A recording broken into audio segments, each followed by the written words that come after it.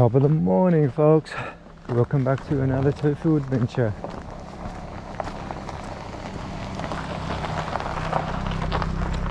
Alright, last minute change of plans. I was meant to chase another waterfall today, but for some reason I thought, nah, not in the mood for a slip and slide. So back to one of our old favorites, Mount Maroon. Alright guys, today we're doing the caves route. I haven't done this one probably 2 years now, so time to bring back some memory. A little bit of off track, nothing hard, probably 5 hours in duration. This is the turn off. A lot of people, I noticed, turn off early, so oops, we are 650 meters in from the car park, and you'll see the rock 4 sign roughly there. Okay, danger. Okay, on your right hand side there's this trail.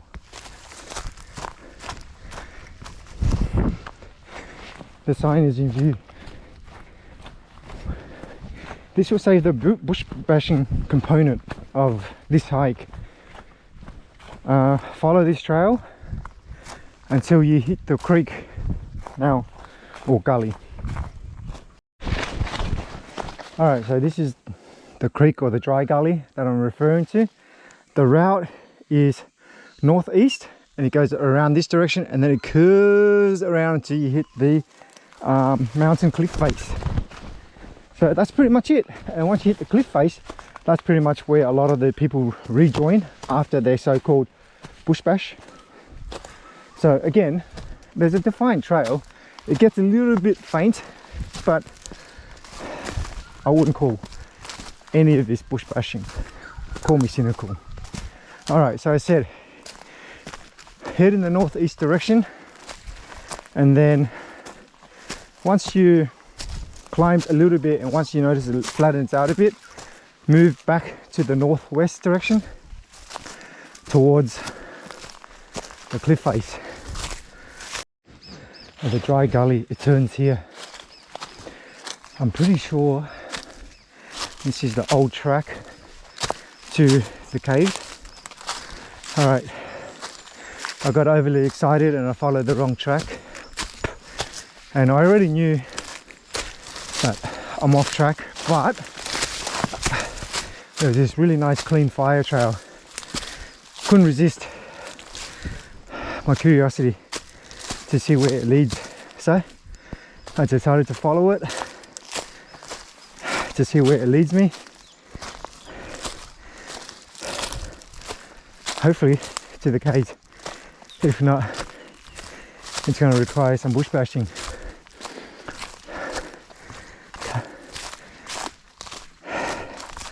As you can see, it comes to a clearing,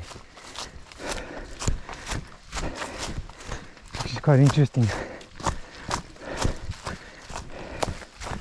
Alright. Ooh. Burning some energy there. Nice warm day for it.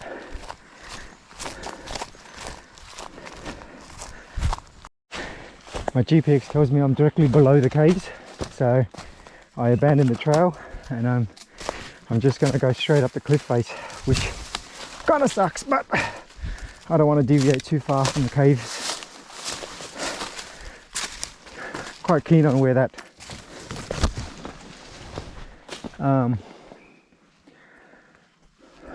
trail leads to, but for now we just follow this rocky outcrop.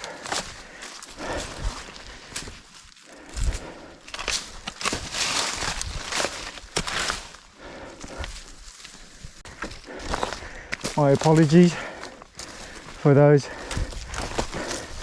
that are keen to know how to get to the caves. Do not follow this route. Oh, LOL. Once I get up there, I think I'm back on track. If you want some fun scramble, this is a good route.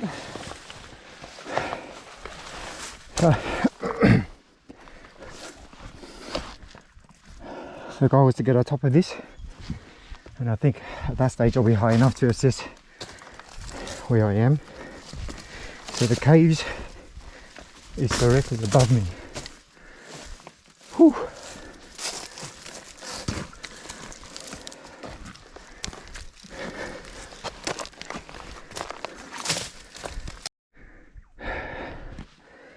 Look at this fun column. It's vertically up. No, please don't do this. I don't know where that leads me to, or whether I have to come back down later. So if you're watching it and you haven't skipped, do this route at your own risk.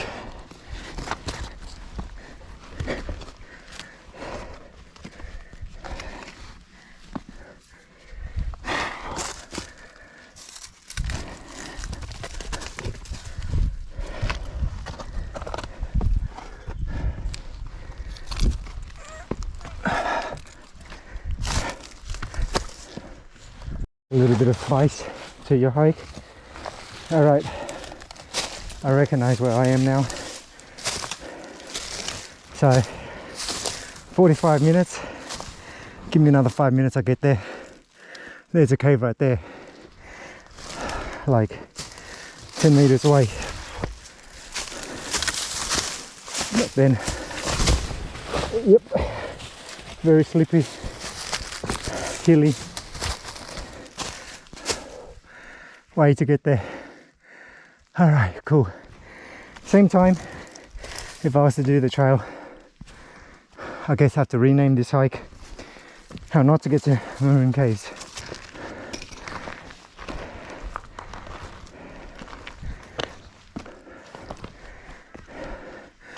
Gel Builder, your favorite cans.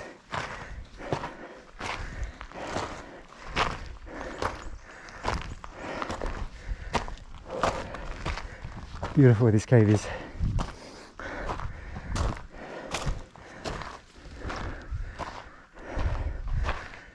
Cool.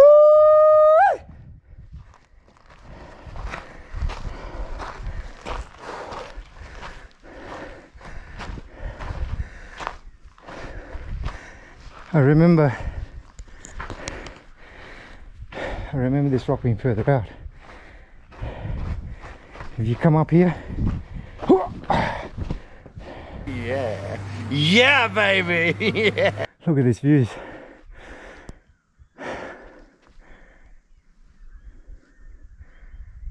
Love it.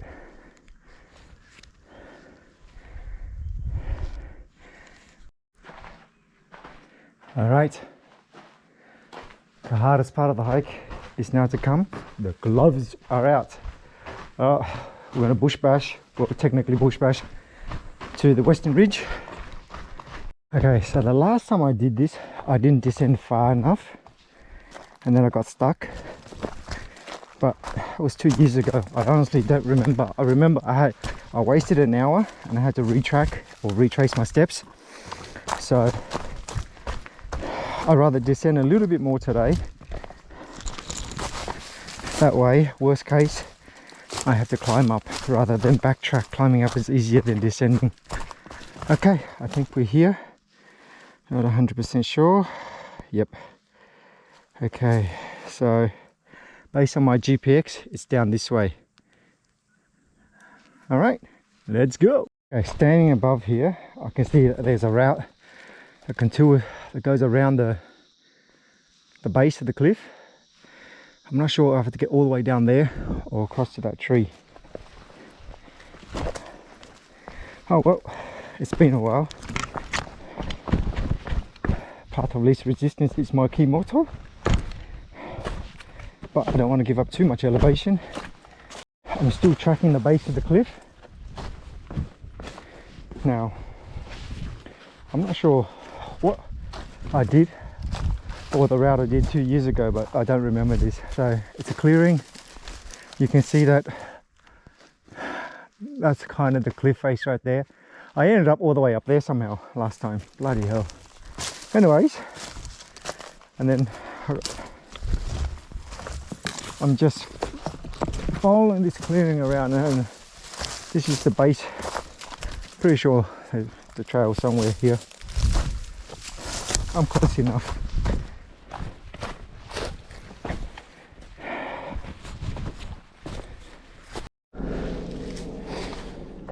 Boy, either my hiking skills improved a lot, or my memory is full of shit. All long sleeves and pants for what is supposed to be the bush bashing section. Boy, there was very little to bush bashing at all. Like a little faded trail, easy to follow, and I'm sweating my ass off for no reason. Okay, so basically following the base of the western cliff line, sorry, cliff face, and now that's the ridge that we ascend. We should be able to see Maroon, what's it called? Lake Maroon. Once you see that, it's time to start going up. Finally can see Lake Maroon in the distance. 26 minutes since I left the caves, and now this is our western ridge line. Up we go. It's steep.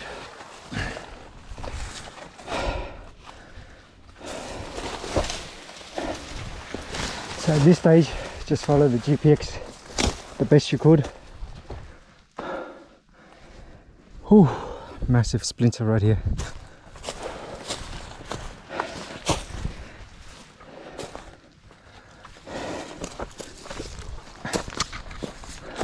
The climb is over. So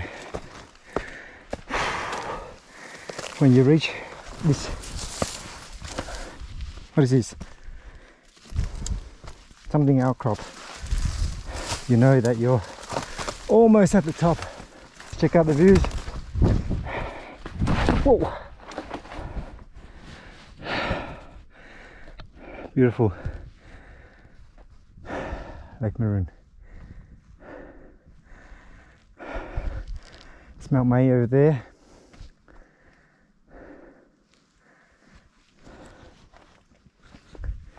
Okay, so from where we're standing, we can see the summit. We're going to head up this way and along the western ridge. All right. Oh, 1:46. So I left the cave at 1 hour, so 50 minutes to get here. Took a 10-minute break, so 50 minutes to get to the cave, 10-minute break there, and 50 minutes along this ridge line. The bush bashing part, and now we're on top. Okay, so the views here are gorgeous, guys. So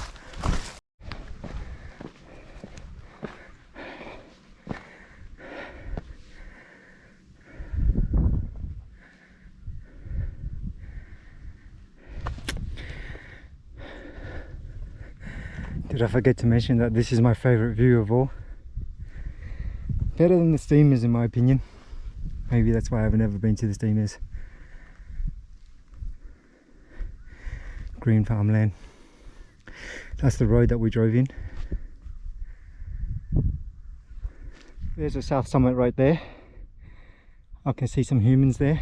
So that's pretty much the way there. We go up and down and around. Oh. Yes, a little bit of wind.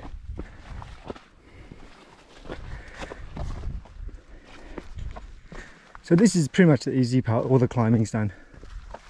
Just have to walk there now. Looks like I'm not the only one who's doing the caves route today. There, people in front of me and people descending the south summit. I see that group in front. Ben, I'm not going to chase them down.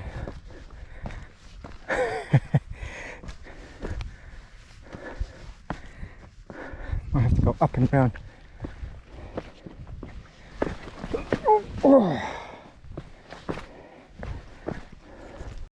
Alright, so I definitely see the group there, they're very close. So instead of following the GPX, I'm just going to cut across. Let's hope to go into the south summit. So my shortcut is steep and it's cutting down here and probably bush bash out. Yeah, that makes sense. Alright, let's see if I can catch up to them. It'll save me the loop though. So I have to get down here and cut across. Well, it's a group of probably 8 people. I caught up with them and then I passed them. Okay, I'll join back with the main trail. So yeah, up to the summit, on track.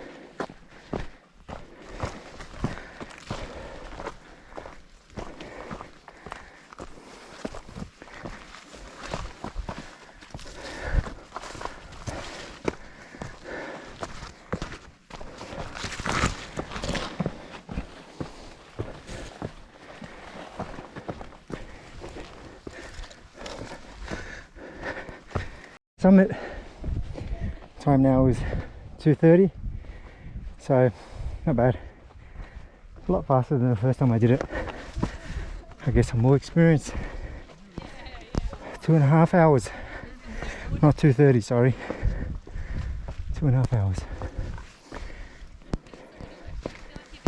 Alright, we can see Barney in the distance.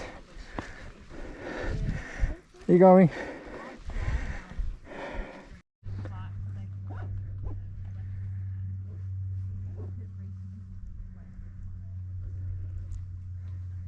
Lindsay, Ernest, Barney. You can see Logan's Ridge. Love the North Pinnacle. This isolated peak right in front of it. Yet to do May.